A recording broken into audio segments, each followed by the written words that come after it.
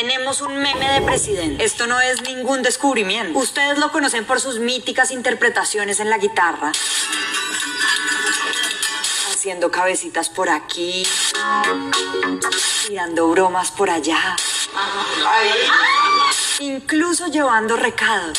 Le mando muchas saludos, un gran amigo, el presidente Uribe. O mostrándose como la sombra del presidente Uribe. Por el liderazgo del presidente Uribe, del presidente Duque, perdón. Le doy la palabra, presidente Uribe.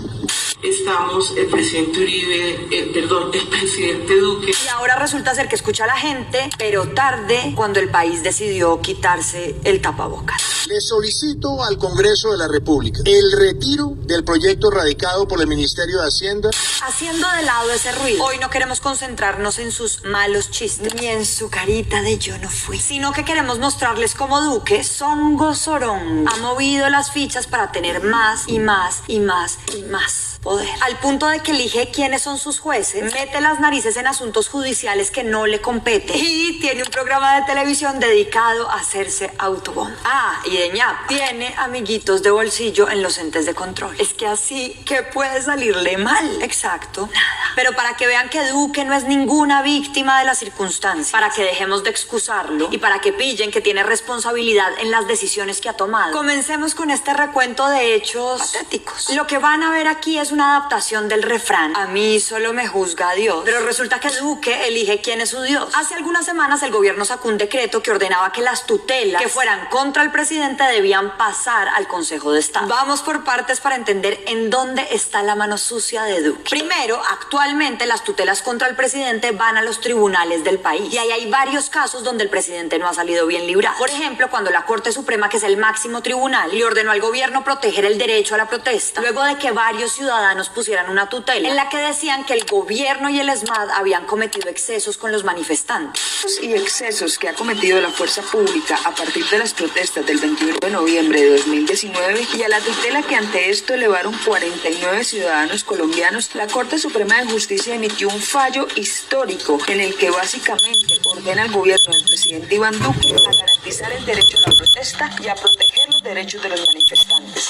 También pasó cuando otro tribunal ordenó darles garantías a los líderes sociales, después de que varias organizaciones alertaron sobre el asesinato sistemático a los defensores de derechos humanos. Entonces, con el cambio que el gobierno hizo, de pasar de que lo juzguen los tribunales al Consejo de Estado, su apuesta consiste en dejar la mala racha y pensar que ahí lo van a consentir. Y la razón por la que esas cuentas son tan alegres es porque Duque en una ocasión ganó una tutela en el Consejo de Estado que antes había perdido en un tribunal. Entonces la lógica que está detrás del presidente es: estos me dan más suave, me quieren un poco más, pongámoslos a ellos de juez. Esto se ve mal por donde se le mire. Primero, Duque está eligiendo quién lo juzga. ¿Y usted dónde ha visto que uno mismo pueda elegir quién lo supervisa en el trabajo? Exacto, en Duquelandia. Segundo, una de las excusas que usan para meter esta artimaña es que la justicia está congestionada y así la van a descongestionar. Pero miremos sin tener un título summa cum laude en derecho, porque esto es una farsa. El presidente decide quitarle las tutelas a los tribunales para embutírselas al Consejo de Estado. Entonces, ¿no estaría congestionando algo que ya está congestionado?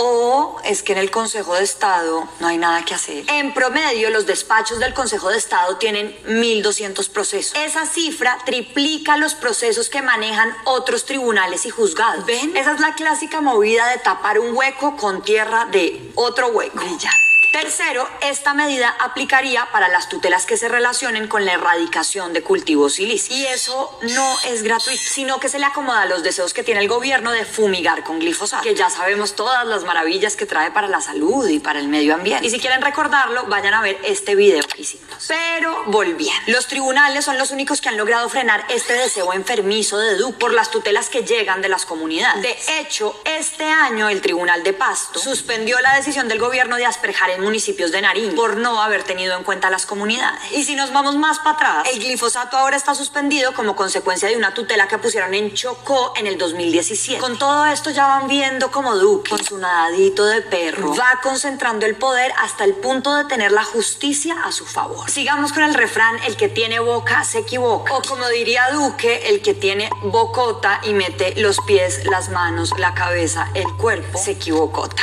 Qué chiste tan malo, pero bueno.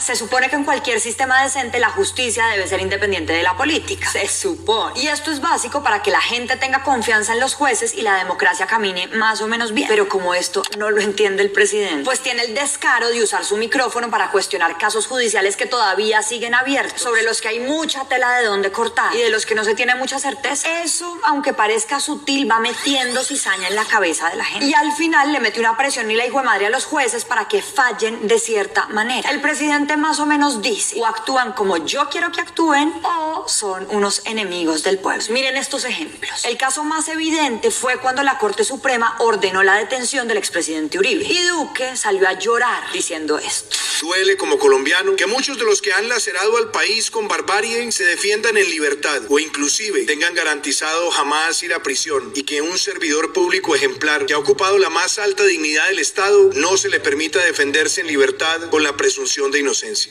Me conmoví hasta el tuétano. Hermano, todos sabemos que te dolió lo de Uribe, tu mentor, tu amigo, tu líder, pero esas opiniones trabájalas en casa, papi. No puedes andarte desahogando públicamente con el traje de presidente. Más bien te proponemos este ejercicio. Pega un post-it en la nevera con la máxima: un presidente no se puede meter en las decisiones de la justicia. Punto. El siguiente caso fue cuando los excombatientes de las FARC le enviaron una carta a la JEP donde reconocían 6 homicidios, entre ellos el de Álvaro Gómez Hurtado. La actitud de Duque frente a este caso, de nuevo, fue sobreactuarse y sacar sus opiniones.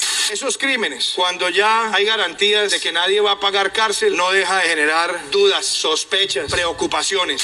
Aquí vuelve y juega el discursito centrodemocratical de que la JEP es el demonio y de que las FARC se están tomando el país. Eso termina estigmatizando a una justicia que está teniendo resultados y obstaculiza todo el proceso de investigación. De hecho, para volver a desplegar su poder, Duque le pidió a la fiscalía que siguiera investigando. Le faltó sacar una balanza y decir, esta es la justicia que me sirve y esta no. Otro caso fueron las famosas objeciones a la JEP. Luego de que la Corte Constitucional le diera vía libre a las normas que regulaban la JEP, Duque decidió objetar 6 de los artículos que había aprobado la Corte. Pero sus propuestas eran inviables y se le metían al rancho a la Corte porque iba en contra de lo que ellos ya habían dicho que estaba bien. Ya. Además, durante todo ese tiempo, la JEP se quedó sin un piso que respaldara las decisiones que tomaba, lo que generaba mucha incertidumbre para los que estaban compareciendo y para las víctimas. En todos estos casos vemos que no solo hay una extralimitación de Duque al meter las narices en las decisiones judiciales, sino que también, en vez de asumir su rol de líder, de conciliador, de buena papa, de bonachón, sigue cocinando y reciclando los mismos odios del pasado. Eso lo hace doblemente cínico, doblemente cobarde, doblemente responsable de sus actos. Vamos ahora con estos refranes que me encantan: mucho buche y poca pluma, o mucha espuma y poco chocolate. Eso es lo que ha demostrado Duque con el somnífero más popular y efectivo de la televisión colombiana: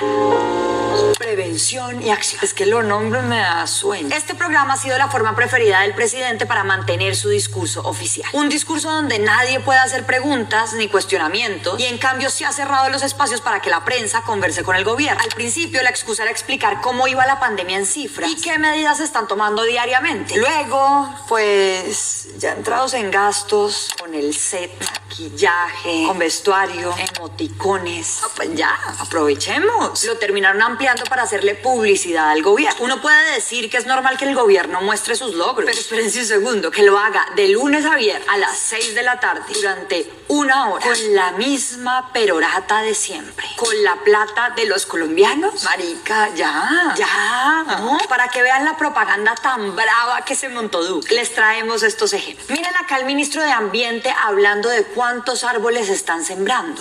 Presidente, un tercer punto importante es la siembra de los 180 millones de árboles. O acá el presidente como enviado especial de San Andrés. Colombianos, muy buenas tardes. Los saludo una vez más. Palmas, desde San Andrés. Y el espacio ha dado pa' tanto que hasta salió Rigoberto Urán. Rigo, es un placer que nos estés acompañando hoy. Mejor dicho, una parrilla de ensueño, qué trabajote de producción, qué carisma, qué espectáculo, qué variedad, qué belleza. Y sobre todo, qué rigurosa investigación en salud. Joda. Y mientras el programa se desvió de su norte original y no hay ninguna prueba de que logre mayor control de los contagios y pierde televidentes cada día, el gobierno sigue feliz de la pelota metiéndole un resto de plata y cambiando la información por mera propaganda. Otra muestra de cómo el presidente Iván Duque va amasando y concentrando el poder. Aclaramos que cualquier parecido con a lo presidente es pura coincidencia. Cada una de estas declaraciones, acciones y decisiones del presidente nos muestran cómo ha encontrado la forma de imponer sus propias reglas de juego. Que sobre esa piel de cordero se esconde un lobo que por más caricaturas, burlas y poco respeto que genere, cocina un gobierno déspota. Ya va siendo hora de que dejemos de excusarlo, de tratarlo como un niño, como un títere, como un peón, como el mandadero de otro, como practicante, como subpresidente. Ya estuvo bueno. Presidente Duque, hágase cargo de sus pésimas decisiones. Responda, escuche, haga algo. El país está agotado. Ninguna petición es demasiado pequeña. ¿Y sabe qué? Ya no nos da risa. Ya usted no nos da risa. Porque lo que estamos viviendo en Colombia es infame. Bueno, oigan, y otra ñapita para que no pierdan de vista. Y es la forma como Duque adapta el refrán, dime con quién andas y te diré quién es. Resulta que hace meses Duque viene coleccionando amigos en los entes de control, como en la Procuraduría, Fiscalía, Defensoría y Contraloría. Pero el más evidente y descarado es su compinchería con el fiscal. Francisco Barbosa, a quien Duque conoce desde hace 25 años cuando estudiaron Derecho en la Sergio Arboleda, fue designado para dirigir el ente encargado de investigar desde robos de celulares hasta la financiación ilícita de campañas. Y el problema del conflicto de intereses que genera esta cercanía fue lo que pasó con el caso de la ñeñe política, donde se le acusó al narcotraficante Guajiro de haber financiado la campaña de Duque. Aunque organismos recomendaron dejar el caso a un fiscal independiente, Barbosita se empeñó en llevarlo contra viento y marea y alegar que la suya era la mejor fiscalía de la historia. La mejor fiscalía en la historia. Le faltó decir que para eso estaban los amigos Barbosa, en las buenas y en las malas. Yo quiero amigos. Otra muestra de que Duque no es ningún bobo y sabe dónde poner sus fichas. Y oigan, después de todas las marchas que hubo en el país, han pasado muchas cosas. Retiraron la reforma tributaria, Carrasquilla renunció, el viceministro de Hacienda renunció. Y de nuevo hubo violencia policial. Se registraron casos donde la policía y el SMAT agredieron y dispararon contra los manifestantes. En total, la Defensoría del Pueblo reportó que más de 24 personas murieron durante estos días de protesta. De esos casos, 11 serían responsabilidad de la policía. Pero en otras organizaciones, los números son mucho más altos. Hablan de más de 37 víctimas de homicidio por parte de la fuerza pública. Y también hay denuncias de abuso sexual y de personas desaparecidas. La Fundación para la Libertad de Prensa, por su parte, documentó más de 70 agresiones a la prensa. Entonces la situación está muy grave, porque 1, estamos en pleno pico de pandemia. 2, no hay garantías mínimas para que los manifestantes salgan a las calles porque los atacan. 3, el gobierno sigue sin escuchar y atender los reclamos de la gente y del personal de salud. 4, la discusión se queda en que todos esos que protestan son unos vándalos. Entonces ahí, ¿qué? Esto es el callejón sin salir. Y bueno, después de ver todas estas noticias y de ver al país convulsionado, suscríbanse al canal, les estaremos informando de lo que pasa. Activen la campanita, comenten y nos vemos más adelante con más cosas. Cuídense.